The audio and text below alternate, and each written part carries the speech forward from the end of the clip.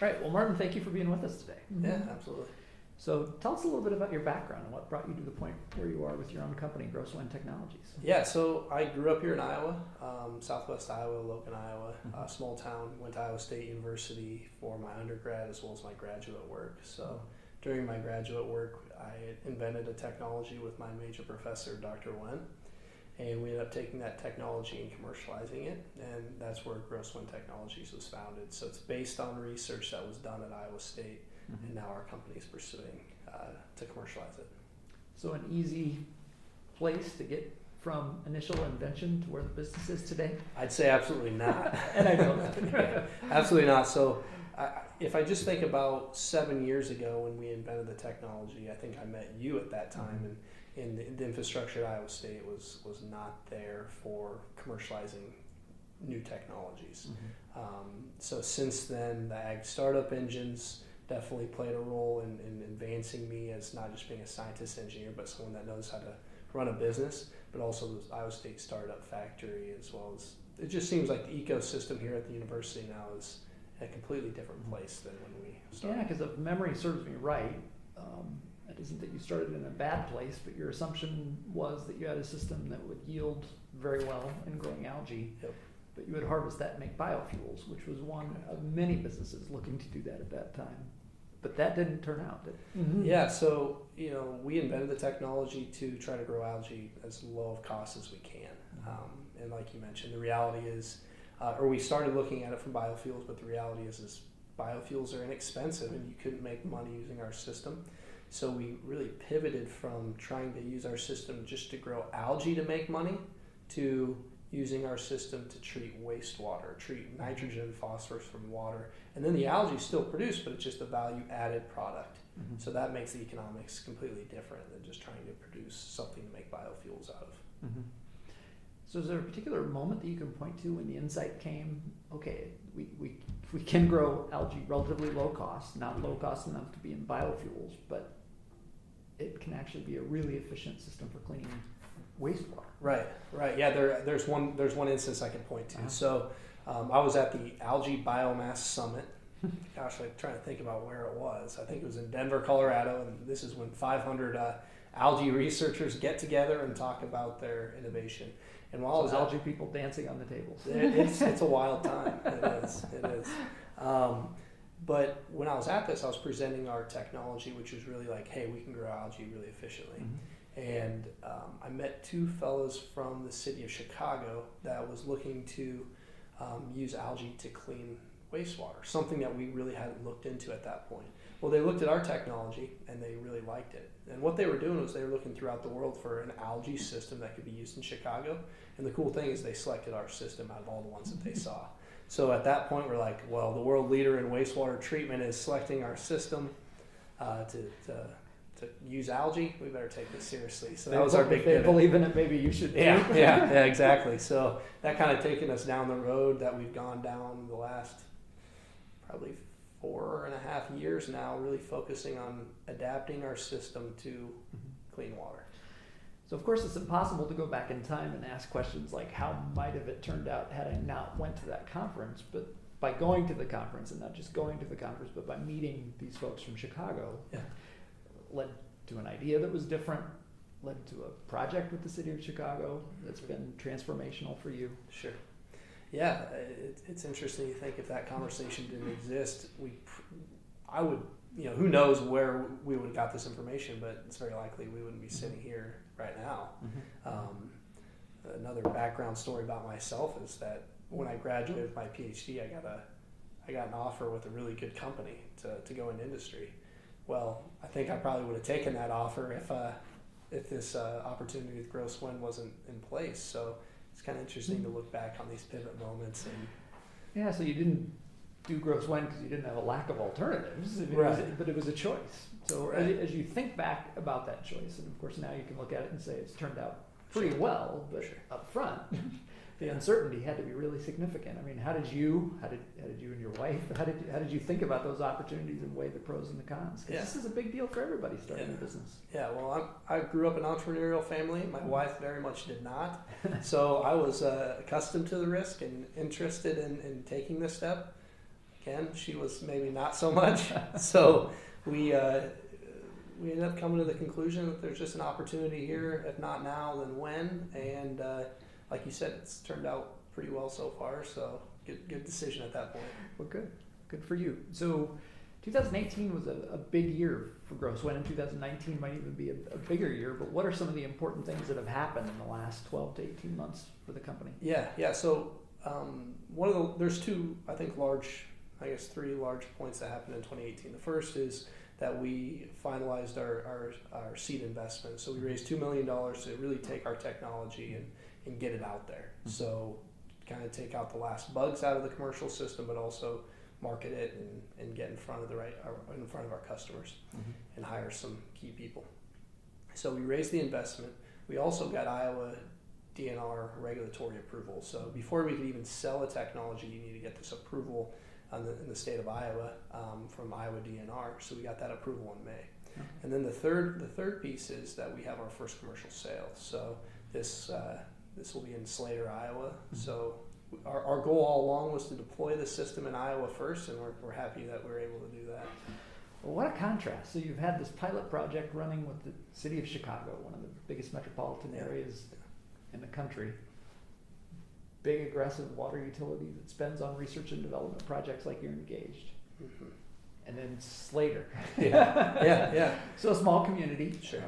But as with others, they have wastewater that they have to treat. Yep. And trying to do it the right way. What's the challenge of kind of trying to, sure, or perhaps maybe benefit, to working with, a city like Chicago, but then having as part of your first target market smaller communities? Yeah. So the Chicago project's real validation. They went throughout the world and selected our technology. Mm-hmm. When I talk to other technology providers, they're just astonished that we're in Chicago, and because it weighs so heavily in a lot of people's minds. But the reality is, a city like Chicago, they are pretty forward thinking. They're looking at algae right now for something that they're going to have to do in 5-10 years from now. Mm-hmm. So trying to figure out early. And the reality is these large cities have a lot of options, and they're just evaluating algae as one of the options, although it's the one that they want to do if they can make the economics work, but it's just one of the options. Now the city of Slater is a different story. So the city of Slater doesn't have very many options. They have basically 3 options that they're expensive. They don't help them for future permits. So we're able to compete with those other options quite well. So if we look at large city, small city, the small cities, we are oftentimes much more cost competitive. Mm-hmm. The larger cities just have a lot more options. Some of we're cost competitive, others we aren't. So you can be a better, faster, cheaper sort of technology option for smaller communities. That's right. So that's our focus is deploying the small communities first. These are smaller projects. Still, the city of Slater's $1 million project, but the city of Chicago could be hundreds of $1 million. So this is a good way for us to get started, get our technology out there, and get some adoption in the wastewater industry to show and showcase the technology before we take that big step to a project like Chicago. So how do you think about more near-term opportunities for Gross-Wen technology? So you made your first sale, first deployment, DNR approval for one state. Yes, exactly. and that's a really good start. But how do you think about near-term opportunities versus longer-term opportunities for the business? Yeah, so the near term is like you mentioned, we're in Iowa right now. Mm-hmm. So I'm actually flying out to Colorado next week, and we've been working with the Colorado regulators there. Mm-hmm. Our technology is a very good fit for the permits that are being established in the state of Colorado. On my way back, we're stopping in Nebraska and meeting with the Nebraska regulators. So the near term is getting approval in the surrounding states, the Midwestern states, specifically at these smaller communities, and then further evaluate these opportunities at the large cities. Mm-hmm. So I'd say short term, expand out of Iowa, as well as we just want to dominate the Iowa market for the small communities. Sure. And I think we're positioning ourselves well to do that, but then expand in these surrounding states in the near term as well. So one application is certainly the wastewater, which is a significant opportunity and really significant issues from a societal perspective as well. Are there any ancillary opportunities for your technology in other places that at some point in time might be good as well? Sure. So our system is really just a good way to grow algae. Mm-hmm. So there's companies making money out there today that are growing algae for anything from omega-3 fatty acids to high-value nutraceuticals. So there's nothing holding our technology back from doing that, or Gross-Wen Technologies going after these higher value algae markets.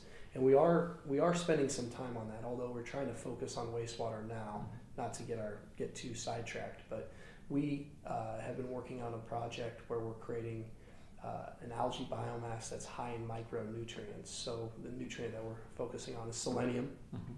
So creating algae that's high in selenium. It could be high in zinc, it could be high in iron, but the idea is you could actually have an algae product that you eat instead of a vitamin to get your minerals instead of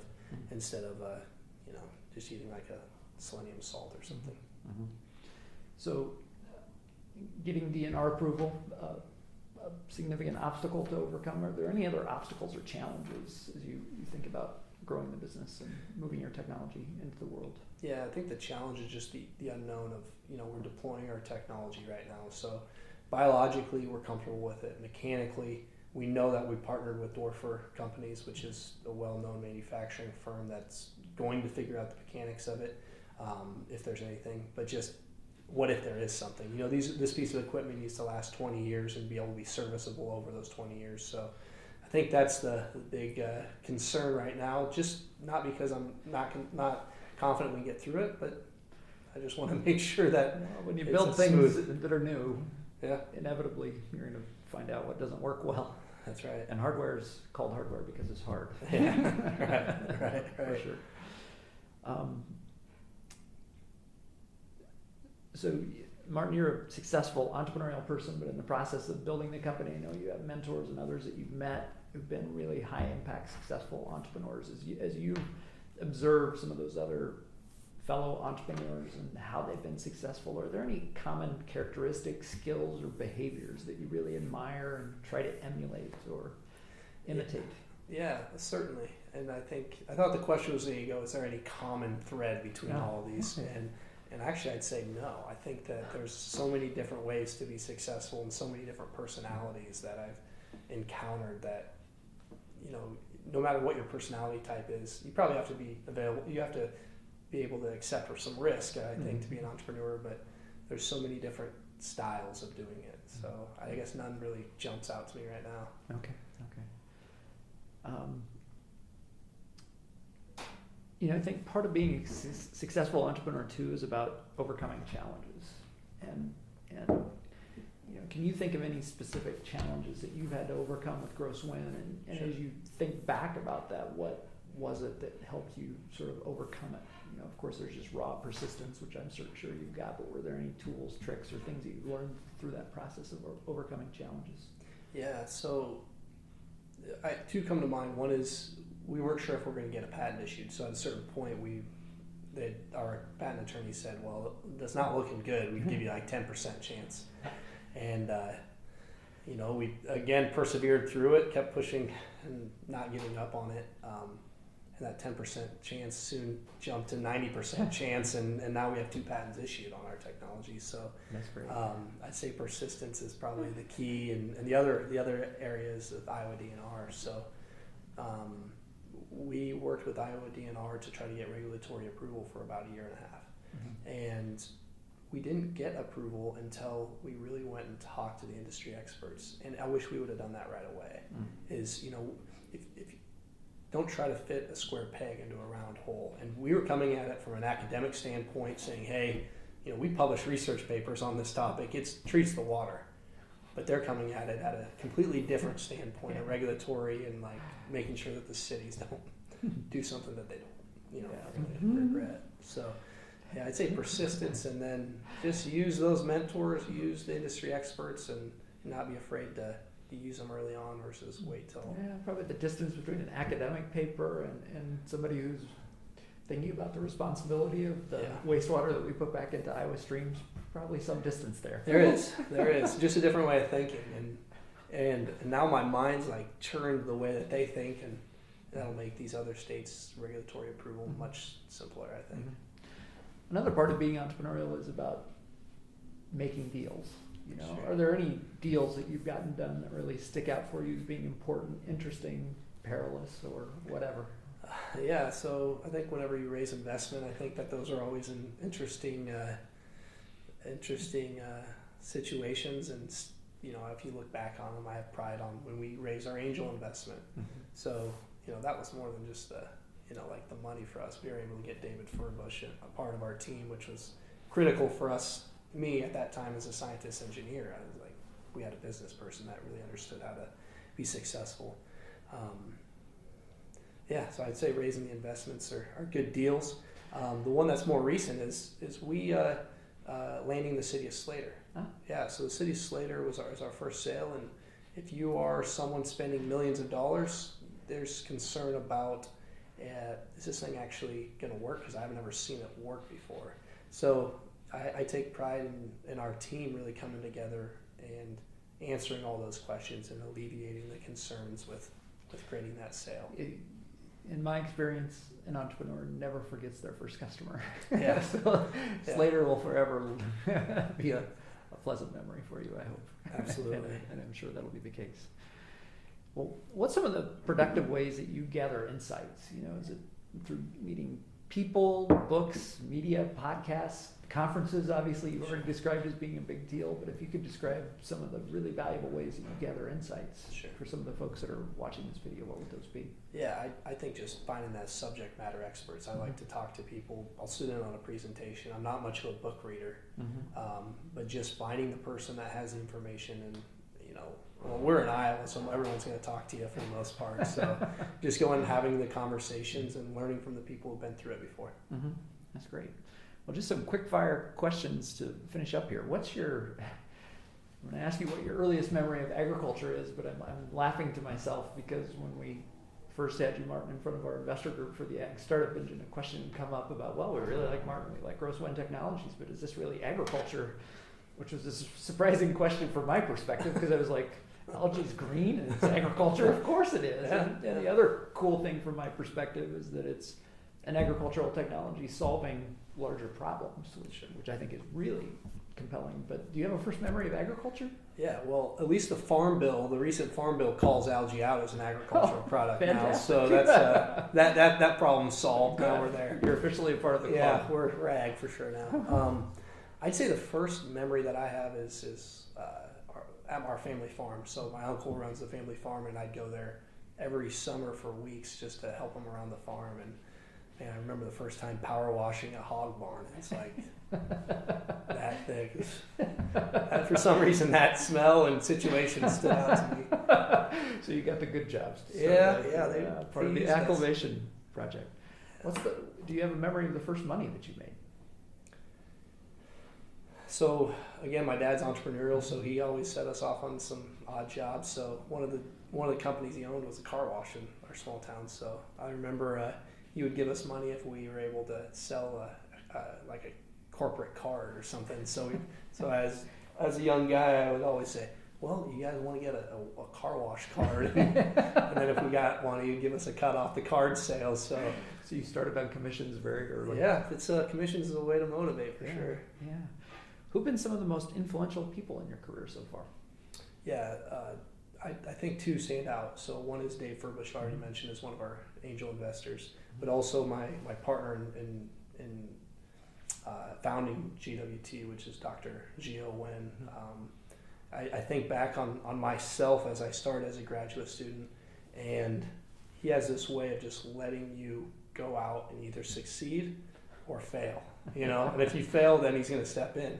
But he just gave me that leash to innovate and come up with ideas, and some of my ideas were really, really sucked. I know that, but he'd still help fund them. And, I just think about like how I am today. I'm resistant to do that. I'm resistant to give people a leash and let them figure it out on their own. But I reflect on him sometimes, and it's like, that's the way you innovate, is just let someone kind of wander with their mind, and I'm really thankful to meet him. Yeah, and I don't know Dr. Wen nearly as well as you do, but do find him tremendously open-minded.